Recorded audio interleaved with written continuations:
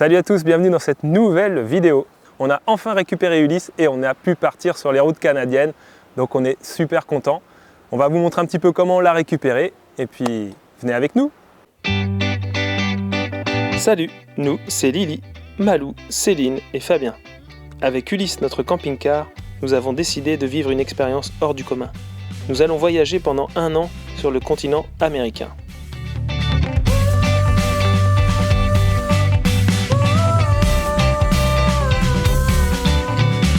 Si vous voulez suivre nos aventures, n'hésitez pas à vous abonner. Et maintenant, calez-vous bien dans votre canapé et prenez la pause.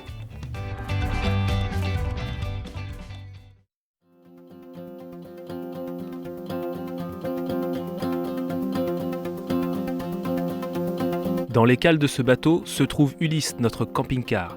Autant vous dire qu'on a suivi son arrivée avec grande attention, même s'il fallait attendre encore quelques jours pour le voir en vrai. On va essayer d'aller aux douanes pour faire les petits papiers pour récupérer Ulysse. Et donc là, notre propriétaire a gentiment proposé de m'emmener en voiture. Qu'après une nuit un peu à stresser, en tout cas à réfléchir beaucoup à est-ce que je vais pouvoir récupérer Ulysse ce matin. Donc la réponse est peut-être oui.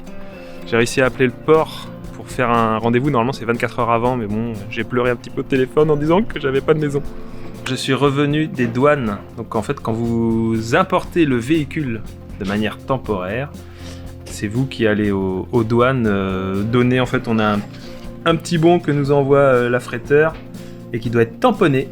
Donc le douanier était sympa, ça s'est vite fait. Alors ce qui est cool, c'est que notre propriétaire du Airbnb m'a emmené, m'a attendu là-bas, m'a ramené et normalement il m'emmène cet après-midi chercher Ulysse. Donc on croise les doigts, j'ai eu le port ce matin, normalement. Le rendez-vous est fixé et puis on espère que ça va se passer comme prévu et puis que Ulysse est intact et puis que l'on va retrouver toutes nos affaires comme on les avait laissées à Zeebrugge. Et donc ça y est, là, je suis arrivé au port. On a donné les papiers pour la douane, où les douaniers avaient mis le tampon. Je pense qu'ils vont vérifier. Et puis normalement, on prend la petite navette et on devrait enfin avoir Ulysse. Il y a pas mal de voitures. Oui, c'est Ulysse qui arrive. Bon, déjà, il a démarré. Plutôt bon signe.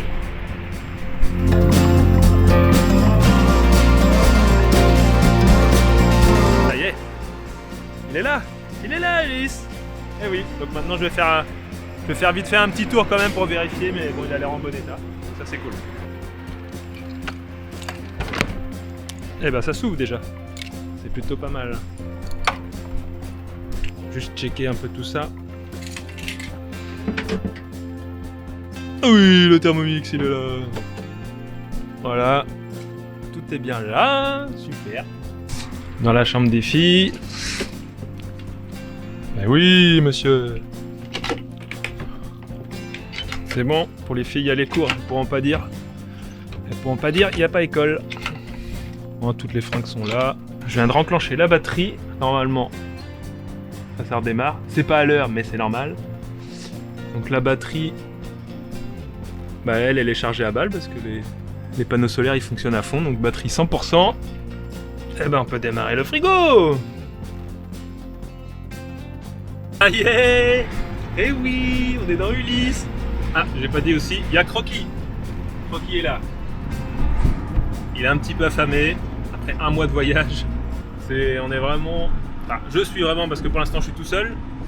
Là, David, le propriétaire du Airbnb, m'a super gentiment déposé, parce que c'est assez loin quand même de la ville. C'est vite un quart d'heure, 20 minutes de voiture. Donc il m'a déposé et j'ai pu récupérer Ulysse en super état. Il n'y a rien eu de volé, il n'y a rien eu de cassé, donc ça c'est cool. L'aventure démarre plutôt sereinement du coup. Bon, maintenant on va essayer de conduire comme les Canadiens. On arrive comment ça s'appelle déjà? Au péage. Au péage pour le pont. Il y a 2 ponts à Halifax et les 2 c'est payant. Mais les autoroutes sont gratuites. Plein de routes.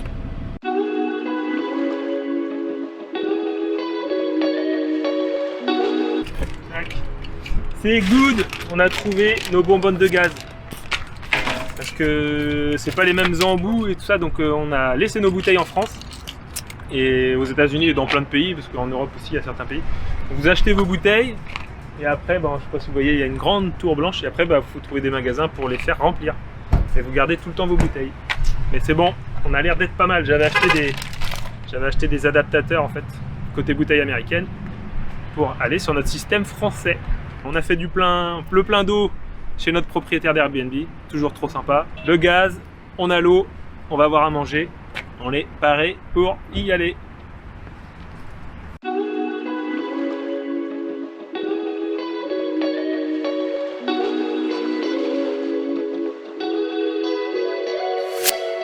Ça y est, donc on est sur la route pour aller à notre aire pour s'installer pour la soirée.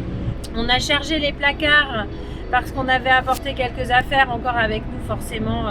Je crois que je me suis un peu plantée sur la quantité d'affaires à prendre avec nous. Donc je pense qu'on se débarrassera certainement d'une partie des affaires si on le peut prochainement pour avoir des placards un peu moins pleins. En tout cas, tout va bien. On a fait les pleins de courses, le plein de gaz, le plein d'essence. On a tout pour tenir quelques jours. On est un peu fatigué parce que je pense que le stress de savoir si on allait pouvoir récupérer Ulysse aujourd'hui nous a pas mal fatigués. Donc ce soir, on va se poser, on va se faire un petit apéro tranquillou et puis profiter de notre camping-car et profiter du lieu où Fabien nous emmène. On espère que Fabien nous a réservé un bon petit spot pour passer la nuit et donc on se dirige maintenant vers Peggy's Cove qui doit se trouver en bord de mer, non loin d'un phare. Donc je n'en sais pas plus et on a hâte de découvrir ce lieu.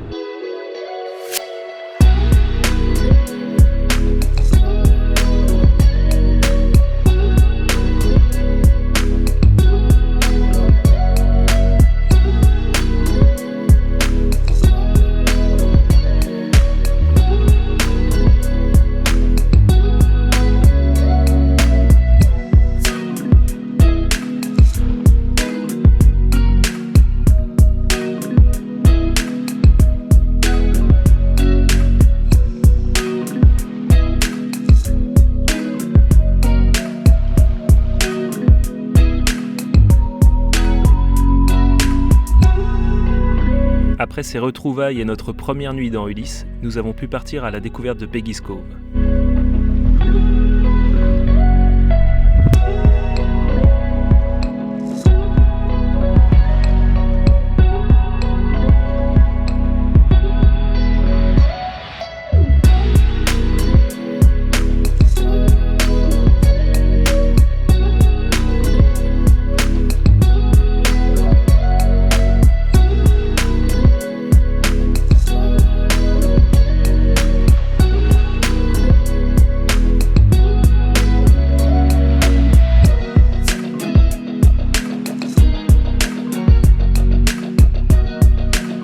Ça y est, on a visité Peggy's Cove. C'est très mignon, un petit village d'anciens pêcheurs. Là, on va se faire un petit pique-nique sur le village et après direction Lunenburg. Voilà, hier soir, on a dormi sur le parking avec d'autres Français, donc des Français qui vivent au Canada et puis des Français qui font comme nous un grand périple et qui ont récupéré aussi leur camion hier. Donc c'était rigolo de comparer les expériences de transport et puis les itinéraires. Et puis on a pas mal de Canadiens qui viennent nous voir pour poser un peu des questions. Mais comment vous avez fait pour amener votre camion ici? Ça permet d'introduire facilement la conversation. Voilà, ça fait rêver le camping-car, hein. Donc en Nouvelle-Écosse, surtout qu'on est un petit peu avant le début de la saison, il n'y a pas énormément d'installations pour faire de l'eau, vidanger, donc on utilise beaucoup l'application iOverlander, très pratique. Donc des fois vous trouvez un point d'eau à un endroit, un autre endroit pour vider vos eaux grises, un autre endroit pour... non, il n'y a pas d'autre endroit. Mais souvent on arrive à trouver des petits points gratuits, là souvent c'est derrière des stations-service c'est pour les camionneurs, mais donc on peut s'en servir. Là tu vas pouvoir couper l'eau. Vas-y, coupe l'eau. Non, j'attends que ça... Coupe l'eau, mais putain.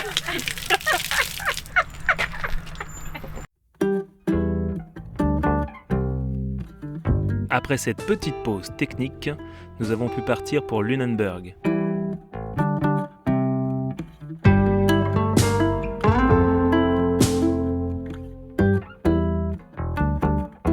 Lunenburg, c'est également une ville tournée vers la pêche. Elle est reconnaissable avec ses maisons très colorées.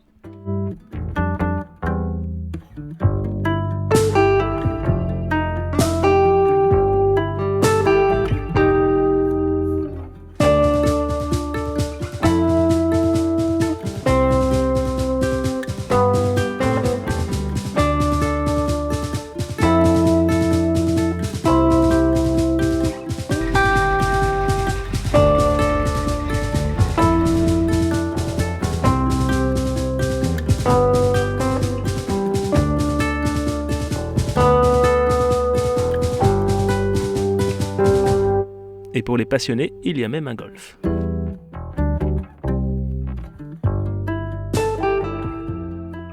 C'est bon, on est arrivé au spot. Du coup, on a une vue sur la mer ici. On la voit. Avec papa, on a fait une énigme. C'est un livre d'énigmes. Par exemple, il y a ça. Il y a plusieurs énigmes. Celle qui fait les énigmes, il fait des bêtises, il lâche. Ou par exemple, là, il vole. Alors à quoi il ressemble ce livre? C'est quoi la couverture? Super. Bon, toi t'aimes bien ce livre-là? Oui. Le homard, par contre, je lui ai un peu cassé la pince. Pour ceux qui aiment le homard, c'est pas très cher. Du coup, tu l'as payé combien celui-là? 15 $. 15 $, Le ou 20 homard, il faisait une pound. 15 ou 20? Je l'ai payé 15 $. Et il faisait une pound. Donc une livre, ça fait 400... C'était 17 € le kilo, c'était 33 € le kilo. C'est des dollars, pas euros. J'ai dit quoi? C'était 33 $ le kilo. Le kilo, donc ça fait environ 25 €. Voilà. Et donc là, je l'ai payé le homard 15 $. Et ça fait en gros 10 €. 11-12 €, et sachant qu'ils l'ont cuit. Et il était cuit, voilà, parce qu'en fait, dans les supermarchés, on peut acheter les homards soit vivants, donc il y a le vivier à côté de la poissonnerie, et ils ont les homards cuits qui sont à côté. Ils ont des moules énormes, mais des moules qui sont comme ça, donc je pense qu'il faudra qu'on les goûte aussi, qui sont à 12 $ actuellement la livre, je pense. Livre. Je pense que c'est la livre. On n'est pas encore tout à fait à l'aise avec le système impérial.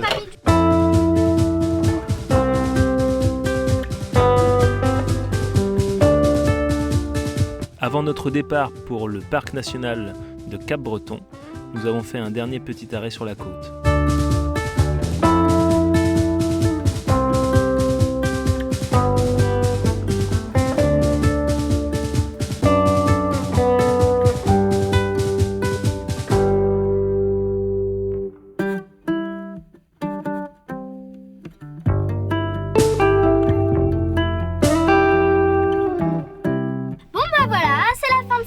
On espère que ça vous a plu. Merci de nous avoir suivis. N'hésitez pas à vous abonner aussi si vous ne l'êtes pas. Vous pouvez aussi nous suivre sur Instagram. La prochaine fois qu'on va se retrouver, en espérant qu'il y ait un ciel un peu plus ensoleillé, ce sera au parc national du Cap-Breton. D'ailleurs, il ne faut pas oublier que chaque voyage est une aventure. C'est que... On va vous montrer... Non. Je vais me faire manger. Lunenburg.